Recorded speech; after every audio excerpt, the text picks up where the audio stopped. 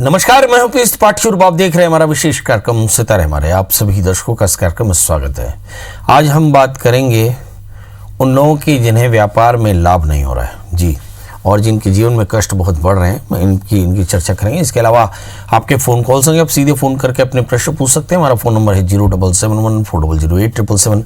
अब से आधे घंटे तक लगातार ये फ़ोन लाइन खुली रहेगी और हमें आपके फ़ोन का इंतजार रहेगा। तो चलिए कार्यक्रम की शुरुआत करते हैं और जानते हैं आज का पंचांग। आज शुभ संवत 2077 शक 1942 सूर्योत्तरायण का आषाढ़ महीने की कृष्ण पक्षी पंचमी तिथि और दिन बुधवार पंचमी 8:05 रात्रि तक। श्रवण नक्षत्र दोपहर 2:57 तक। आज चंद्रमा मकर राशि में होंगे। आज का राहु काल 12:03 से 1:43 तक होगा। तो दोस्तों ये तो था पंचांग, और अब बात करते हैं उन योगों की जिसके चलते व्यापार में परेशानी होती है। वैदिक ज्योतिष के अनुसार कुंडली में बनने वाले योगों में एक बहुत सारे अशुभ योग होते हैं। उसमें कुछ योग ऐसे होते हैं जिनके चलते व्यवसाय में बहुत अधिक समृद्धि नहीं मिलती, वरन उल्टा प्रभाव पड़ता है। किसी कुंडली में 10वें घर का स्वामी कुंडली के 6ठे 8वें 12वें घर में बैठ जाए, ऐसी स्थिति में कुंडली में दुर्योग बनता है। मतलब सत्ता की कमजोरी होती है, मतलब आपका कंट्रोल आपके बिजनेस में कम होता है, लोग आपको कोऑर्डिनेट नहीं करते, बेवजह के विवाद होते हैं, बेवजह की हानियां होती हैं, बहुत ज़बरदस्त मेंटेनेंस होता है और ऋण का बोझ बढ़ता जाता है। शायद यही कारण है कि जिसके चलते कई बार व्यवसाय में आपको हानि भी होती है। बड़ा प्रश्न, इस उपाय को, इस प्रभाव को कम कैसे किया जा सकता है? तो शास्त्र में लिखा है कि भावी बैठ सकहि त्रिपुरारी। तो इन योगों को दूर करने के लिए भगवान शिव की आराधना करनी चाहिए, और विशेषकर भगवान शिव के शिव स्तोत्र या शिव चालीसा का पाठ करना चाहिए, महामृत्युंजय मंत्र का जप करना चाहिए, या ओम नमः शिवाय इस मंत्र का जप करना चाहिए। सोमवार को शिवलिंग पर गाय का दूध कच्चा चढ़ाएं और रोजाना शिव पार्वती की पूजा करें, ओम नमः शिवाय इस मंत्र का जप करें। रुद्राक्ष की माला से शिव मंत्र का जप करना चाहिए। अगर ये सब कुछ करें तो निश्चित तौर पर इससे दुर्योग कम होते हैं। एक दूसरा भी तरीका है जिसके चलते आप अपने दुर्योगों को कम कर सकते हैं। इसमें माता लक्ष्मी का आराधन करना चाहिए और सिद्ध कुंज का सूत्र का पाठ करें 11 बार। इसके अलावा घर में दक्षिणावर्ती शंख स्थापित करें, प्रतिदिन श्री सूक्त का पाठ करें, दक्षिणावर्ती शंख के जल से भगवती महालक्ष्मी का अभिषेक कराएं और चांदी के श्रीयंत मोतियों से जड़ा करके उसकी पूजा करें, प्रतिष्ठा करा करके। तो आप देखेंगे कि काफी हद तक आपकी परेशानियां दूर हो जाती हैं। बात करेंगे 12 राशियों की। 12 राशियों में पहली राशि आती है मेष यानी अरीज। इस राशि वाली जातकों के लिए देखते हैं कि आज धन संपत्ति और पार्टनरशिप में थोड़े से विवाद हो सकते हैं। तो एक तो बैठकर बात करेंगे, बहुत जरूरी होगा। वैसे आप देखें कि संपत्ति के योग अच्छे हैं, क्योंकि भाग्यस्थान के जो स्वामी बृहस्पति हैं वो दशम स्थान में बैठे हैं, तो अवसर आपके पास में है। संपत्ति आपके पास अच्छी है क्योंकि शुक्र अपने स्वगृही होकर बैठे। आय की स्थिति भी अच्छी है क्योंकि मंगल आपके 11वें स्थान में। मगर मन की स्थिति अच्छी नहीं, बहुत सारे भ्रम हो सकते हैं क्योंकि 3रे स्थान में बुध राहु बैठे हैं। क्या करना चाहिए? तो मन की निवृत्ति के लिए ओम राम राहवे नमः इस मंत्र का जप करें, भगवान शिव का अभिषेक करें, काले तिल का दान करें और घर में थोड़ा सा नमक डाल करके पूजा करें, तो आप देखेंगे घर में शांति होगी और आपके काम भी बेहतर होंगे। बात कर लेते हैं दोस्तों वृषभ राशि की। इस राशि वाले जातकों के लिए देखते हैं कि कुशलता बहुत अच्छी है। दशम स्थान में मंगल, भाग्य स्थान में शनि, व्यावसायिक यात्राएं हो सकती हैं, व्यवसाय में लाभ हो सकता है, मगर आय में थोड़ी सी बाधा जरूर है क्योंकि दूसरे स्थान में राहु, 8वें स्थान में केतु। क्या करना चाहिए? इस राशि वाले जातकों के लिए चाहिए कि शॉर्ट टर्म इन्वेस्टमेंट बिल्कुल न करें, यात्राओं में सावधान रहें और साथ में बृहस्पति के मंत्र का जप करें, केले और नारियल का दान करें, तो आज का दिन बेहतर होगा। बात कर लेते हैं दोस्तों मिथुन राशि की। इस राशि वाली जातकों के लिए देखते हैं कि लग्न में बुध राहु, आय के स्रोत थोड़े से कमजोर हो सकते हैं। एग्जैक्टली अगर हम भाग्यस्थान में पड़े हुए मंगल को देखें तो एकादशी मंगल भाग्यस्थान में, कुछ नए स्रोत आपके जरूर बनेंगे। 8वें स्थान में बृहस्पति के साथ में शनि, लाइफ पार्टनर की सेहत और पार्टनर्स के साथ में आपके रिलेशन और साथ में डिस्प्यूट से आपको बच के चलना होगा। एग्जैक्टली लग्न में राहु है, बहुत ज़्यादा फायरी ना हो। 7वें स्थान में केतु, यात्रा के बीच में सावधान रहें। क्या करना चाहिए? इस राशि वाली जातकों के लिए चाहिए कि ये हल्दी चंदन और नारियल का दान करें, साथ में बृहस्पति के मंत्र जप करें, गणपति का पूजन करें, तो आज का दिन बेहतर होगा। अब बात कर लेते हैं दोस्तों कर्क यानी कैंसर की। इस राशि वाली जातकों के लिए देखते हैं कि 12वें स्थान में बुध और राहु। वैसे अगर हम देखें तो 7वें स्थान में शनि और बृहस्पति बैठे हैं और अष्टम स्थान में मंगल। मतलब इस राशि वाले जातकों के लिए थोड़ी सी काम को लेकर के चिंता जरूर हो सकती है। बॉसेस के साथ रिलेशन ध्यान देने होंगे। इस समय आकस्मिक हानियां हो सकती हैं। यात्राओं में थोड़ी सावधानी रखनी पड़ेगी। जहां तक सवाल शुक्र का है इस समय आय की स्थिति बहुत अच्छी नहीं होगी, क्योंकि रिसिप्ट्स आपके थोड़े से कमजोर हो सकते हैं। क्या करना चाहिए? शनिश्चर मंत्र का जप करें, काले तिल काले उड़द का दान करें तो आज का दिन बेहतर होगा। बात कर लेते हैं दोस्तों सिंह राशि की। इस राशि वाले जातकों के लिए देखते हैं कि इस समय लग्नेश सूर्य शुक्र के साथ में बैठे हैं, तो बहरहाल 10th हाउस में बैठे हैं। इस राशि वाले जातकों के लिए ये एक अच्छी स्थिति हो सकती है कि आपका ध्यान पूरा का पूरा अपने काम में है, मगर क्या बहुत अच्छे फायदे नहीं, बिल्कुल अच्छा फायदा नहीं है। सप्तमी छठे स्थान में स्वगृही होकर बैठे, ऋण रोग व्याधि शत्रुता की चिंता हो सकती है। यहाँ पर बृहस्पति भी है पंचमी होकर के छठे स्थान में, संतान की सेहत को लेकर थोड़ी चिंता हो सकती है। अब बारी है दोस्तों की राहु और केतु की। राहु और केतु इस समय मिथुन राशि में पड़े हुए हैं, तो इस राशि वाले जातकों के लिए आय की स्थिति काफ़ी अच्छी होगी। मगर चूंकि मकर राशि में चंद्रमा भी बैठे हैं, तो थोड़ा रूटीन में पेट की तकलीफ हो सकती है। पिता का स्वास्थ्य अच्छा नहीं, क्या करें? जल्दी से उठें, सूर्य को अर्घ्य दें, आदित्य हृदय स्तोत्र का पाठ करें और पंजीरी का दान करें तो आज का दिन बेहतर हो सकता है। बात कर लेते हैं दोस्तों कन्या राशि की। इस राशि वाले जातकों के लिए देखते हैं कि आज का दिन इनके लिए कैसा। कुछ नई अपॉर्चुनिटीज मिल सकती हैं, आलस के कारण योजनाएं थोड़ी सी विलंबित हो सकती है। बहरहाल पारिवारिक रिश्तों में थोड़ी दूरी हो सकती है। क्या करना चाहिए? चंद्रमा के मंत्र का जप करें, ओम सोम सोमाय नमः, कपूर और चावल का दान करें तो आज का दिन आपके लिए बेहतर होगा। बात कर लेते हैं दोस्तों तुला यानी लिब्रा की। इस राशि वाले जातकों के लिए देखते हैं कि समय ग्रहों की स्थितियां इस राशि वाले जातकों के लिए जस की तस, मतलब राहु अभी भी भाग्यस्थान में बैठ करके ढेर सारा कचरा फैला रहे हैं। भाग्यस्थान में बुध राहु से बैठे हुए हैं, मतलब अपॉर्चुनिटी है, मगर अपॉर्चुनिटी होल्ड में जा रही है। किसी प्रकार का झूठ बोलना आपके लिए पैनिक होगा। अगर हम मंगल की बात करें तो कुंभ राशि यानी एग्जैक्टली 5वें स्थान में मंगल पड़े, संतान को लेकर के थोड़ी चिंता जरूर हो सकती है।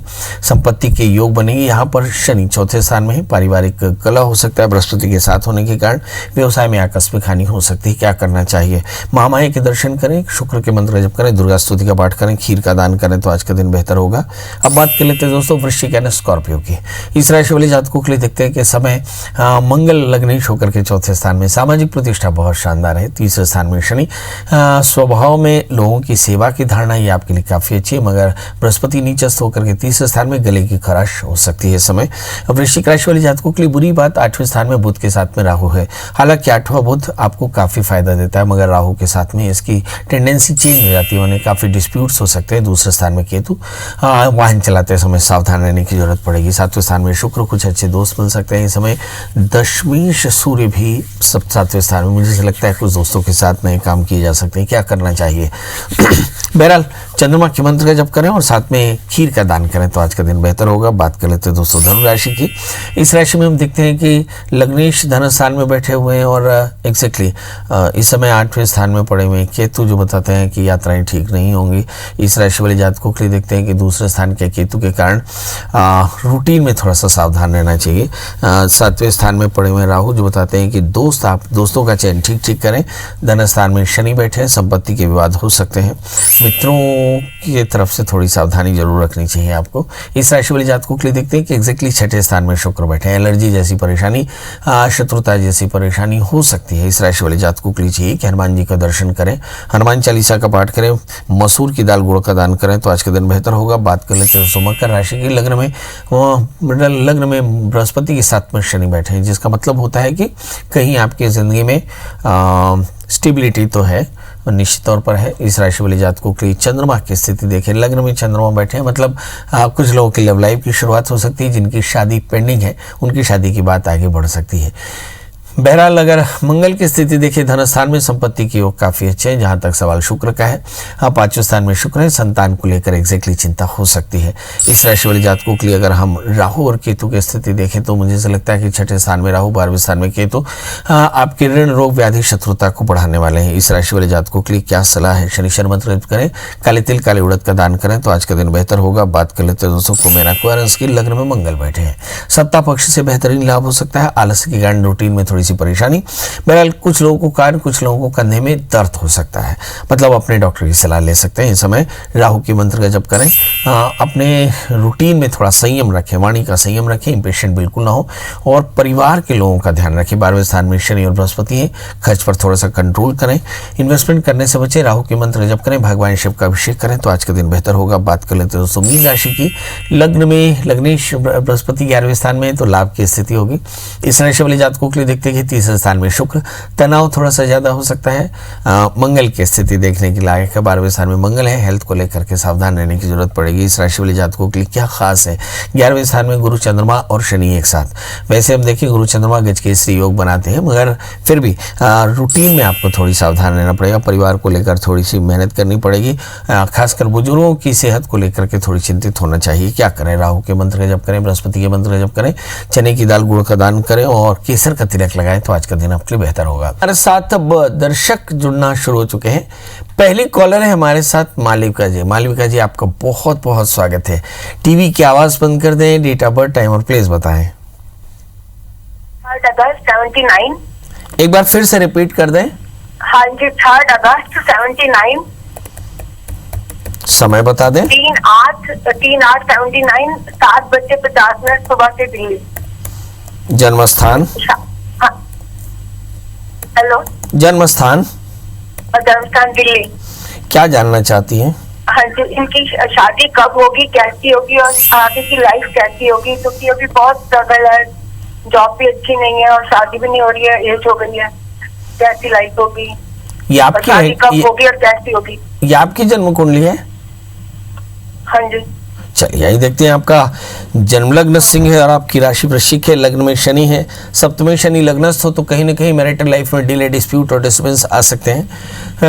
99% शादी आपकी मर्जी से यानी लव मैरिज होगी। 7वें स्थान में लग्न में राहु है और 7वें स्थान में केतु, तो शादी से पहले एक छोटा सा कुंभ विवाह याद से करा लें। अगर ऐसा कराए तो जल्दी से विवाह होने की योग है। थोड़ा सा मैरिटल लाइफ में डिस्टर्बेंस जरूर हो सकता है, मगर ठीक है। 11वें स्थान में मंगल है, आय की स्थिति बेहतर होगी। 12वें स्थान में सूर्य, स्थान परिवर्तन भी हो सकता है। इस राशि वाले जातकों के लिए देखते हैं कि इस समय ग्रहों की दशाएं, चंद्रमा की अंतर दशा चल रही है। काफ़ी तनाव आपको 2014 से ही चल रहा है और ये स्थिति लगातार 2020 नवंबर तक हो सकती है। क्या करना चाहिए? शादी से पहले एक छोटा सा कुंभ विवाह कराएं और पारिवारिक शांति के लिए सोमवार का व्रत किया करें, भगवान शिव का अभिषेक किया करें और एक 4 कैरेट का ओपल, 4 कैरेट का माणिक्य और 4 कैरेट का टोपाज आप धारण करें तो ये आपके लिए काफ़ी फायदेमंद रहेगा। जी प्रमिला जी, आपका बहुत बहुत स्वागत है। बताइए क्या जानना चाहती हैं? पंडित जी प्रणाम। मुझे अपनी भतीजी के बारे में पूछना है। उसका नाम है दीपिका, उसका है 26 अप्रैल 87 और समय 11 बजे हमें मालूम है, पर भैया होशंगाबाद जाते हैं तो वहाँ एक पंडित जी बोल रहे थे इसका समय 11:15 है और बर्थ प्लेस मतलब हमें तो मालूम है 11 बजे का समय, पर भैया होशंगाबाद जाते हैं पंडित जी के यहाँ, वो बोल रहे थे इसका समय 11:15 का है जी। और इसका बर्थ प्लेस है सिवनी मालवा, जिला होशंगाबाद।